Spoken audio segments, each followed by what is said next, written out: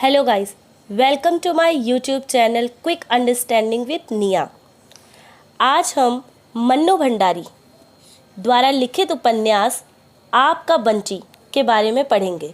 पर उससे पहले हम जान लेते हैं कि मन्नू भंडारी का व्यक्तित्व कैसा था। तो आइए जानते हैं। मन्नू भंडारी के बचपन का नाम जो था वो महेंद्र कुमारी था। याद रखिएगा, उनके बचपन का नाम महेंद्र कुमारी था। इनका मध्य प्रदेश में मंदसौर जिले के भानपुरा गांव में जन्म हुआ था। भानपुरा गांव में इनका जन्म हुआ था। इनका विवाह जो था वो प्रसिद्ध कथाकार राजेंद्र यादव से हुआ था। इनका विवाह जो था वो राजेंद्र यादव से हुआ था। मन्नू भंडारी जो थी उनका लिखित उपन्यास आपका बंटी, इससे उनको काफ़ी ज़्यादा लोकप्रियता मिली और इसी के बाद से वो काफ़ी प्रसिद्ध हो गई। अब हम जानते हैं कि आपका बंटी उपन्यास है क्या। पर उससे पहले दोस्तों, अगर आपसे कोई पूछे कि आपकी ज़िंदगी का सबसे अच्छा वक्त कौन सा था, तो ज़्यादातर लोगों का जवाब होगा बचपन का।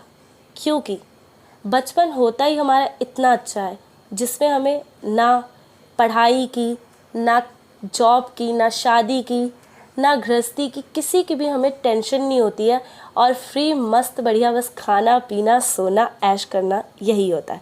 इसलिए दोस्तों ज़्यादातर लोग यही कहेंगे कि उनके बचपन का दिन जो था वो सबसे खुशनुमा और सबसे अच्छा वक्त होता था। पर ज़रूरी नहीं है कि हर एक का जो वक्त बचपन का होता है वो अच्छा ही हो। इस कहानी में ऐसा नहीं है। तो आइए हम शुरू करते हैं अपनी कहानी आपका बंटी। आपका बंटी उपन्यास जो है वो मन्नू भंडारी के विख्यात उपन्यासों में से एक है।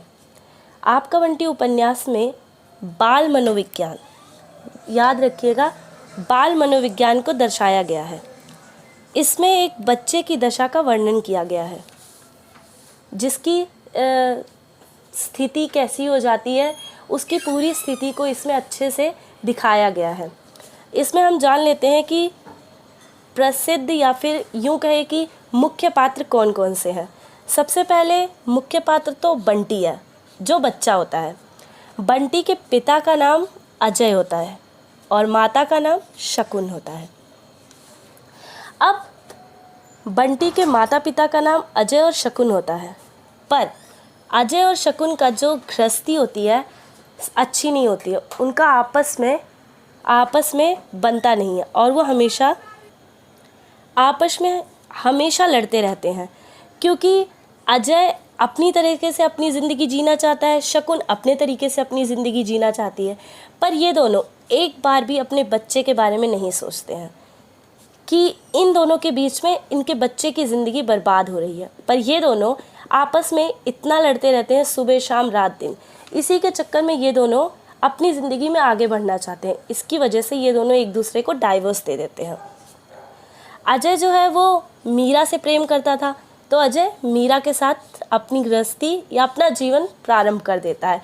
और शकुन जो है वो कहीं ना कहीं प्रिंसिपल, जो उसके स्कूल के प्रिंसिपल होते हैं, वो डॉक्टर जोशी, वो उनसे प्रेम करती थी और वो उनसे विवाह कर लेती है। तो दोनों ही अपने अपने ज़िंदगी में आगे बढ़ जाते हैं और इस तरह वो अपने जीवन अपने तरीके से जीने लगते हैं। बंटी जो है वो शकुन के साथ चला जाता है। अब शकुन डॉक्टर जोशी के यहाँ रहती है। डॉक्टर जोशी जो है वो पहले से शादीशुदा इंसान होते हैं। उनके 2 बच्चे होते हैं, जोत और अमी। अब शकुन और बंटी भी इनके साथ रहते हैं।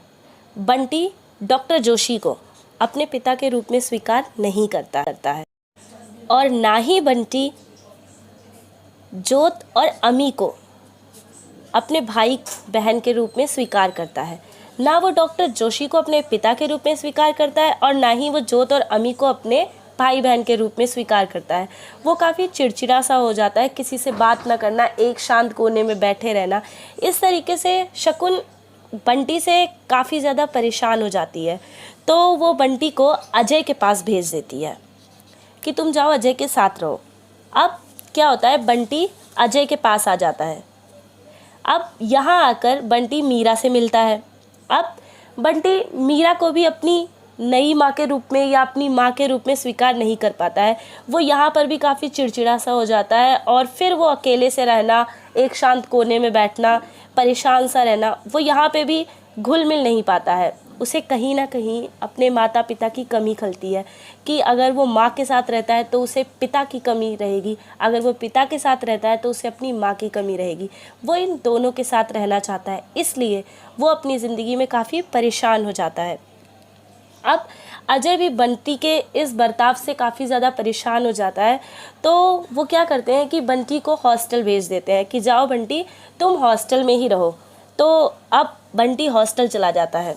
इस तरीके से बंटी हॉस्टल तो चला जाता है।